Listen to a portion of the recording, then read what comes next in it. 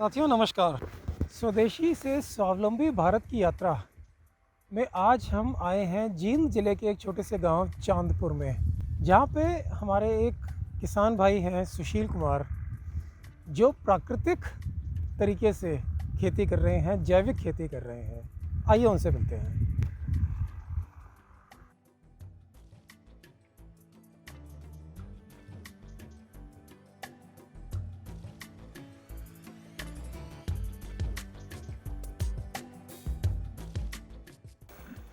मैं सुशील नरवाल, जींद हरियाणा से।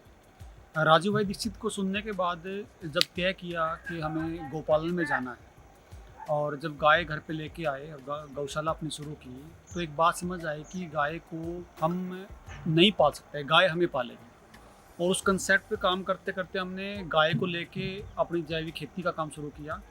और जो फार्मेसी का जब काम शुरू किया तो एक बड़ा अनुभव हुआ कि क्यों ऋषि मुनि बाहर ही जो आयुर्वेद का जो काम करते थे वो किसी शहर से दूर, मतलब अपनी गौशाला में, अपने गुरुकुल में वहीं क्यों करते थे। क्योंकि एक चीज़ बड़ी समझ में आया कि जो आपका जो फार्मेसी या जो आयुर्वेद का जो काम है, आप इसको बड़े लार्ज स्केल पे नहीं कर सकते, आप इसको छोटी छोटी इकाइयों में ही कर सकते हैं अगर आपको इसकी गुणवत्ता रखनी है। तो मैं तो कई सारी वीडियो में पहले भी बोल चुका हूँ कि जैसे मान लीजिए हम च्यवनप्राश बनाते हैं, च्यवनप्राश लगभग जिन फार्मेसियों में बनता है उनमें 100 में से 99 फार्मेसियों के पास गाय ही नहीं है। और जो च्यवनप्राश का मूल है जो घी, उसके बिना तो च्यवनप्राश का बनना संभव ही नहीं है। बहुत सारी ऐड आती हैं, किसी में सोना डाला है, चांदी डाला है, लेकिन जो मूल है, मीठा है या घी है, उसकी कोई बात ही नहीं करता। तो हमने गाय के माध्यम से जब आयुर्वेद को औषधियों का निर्माण करना शुरू किया, तो आप यकीन नहीं करोगे वो रिजल्ट आए, वो गजब चीज़ बनी कि हमें कभी एडवर्टाइजमेंट की ज़रूरत नहीं पड़ी। और जितना च्यवनप्राश बनाया हमने या कोई ब्रह्म रसायन बनाया, जितने पाक बनाए जो घी से और मीठे से रिलेटेड थे, वो इतने अद्भुत बने कि लोगों ने ये कहा कि मतलब आज तक हमने 20 साल हो गए च्यवनप्राश खाते खाते, आज तक हमने च्यवनप्राश का सही टेस्ट क्या है वो आज पता चल रहा है। और दुर्भाग्य इस मतलब आयुर्वेद का लगा लीजिए, इस देश का लगा लीजिए, कि जो सारी की सारी फार्मेसियाँ हैं वो इंडस्ट्री बन गई, और जो मूल आयुर्वेद का उसका लोगों ने भुला दिया और इसको व्यवसायीकरण कर दिया।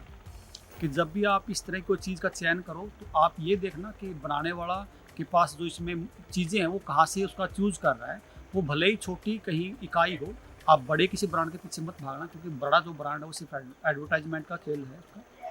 और छोटे ब्रांड से भले ही आपका कोई पड़ोस में बना रहा हो, अगर वो घी शुद्ध डाल रहा है, देसी गाय का मीठा शुद्ध डाल रहा है, औषधियाँ शुद्ध डाल रहा है, तो आप निसंकोच उनसे आपने कोई चीज़ बनाई हुई खानी है तो आप उसका रिजल्ट भी देखोगे।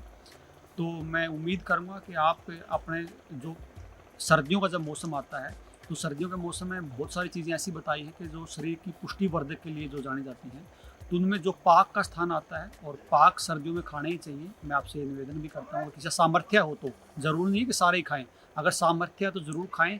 और ये ज़रूर देखें कि उसमें जो डलने वाली औषधियाँ हैं वो उनका गुणवत्ता क्या है, उसके पीछे की उसकी मंशा क्या है, और क्या वो उसी नियम से बनाए जिस हिसाब से आयुर्वेद ने, महर्षि चरक ने बताया है।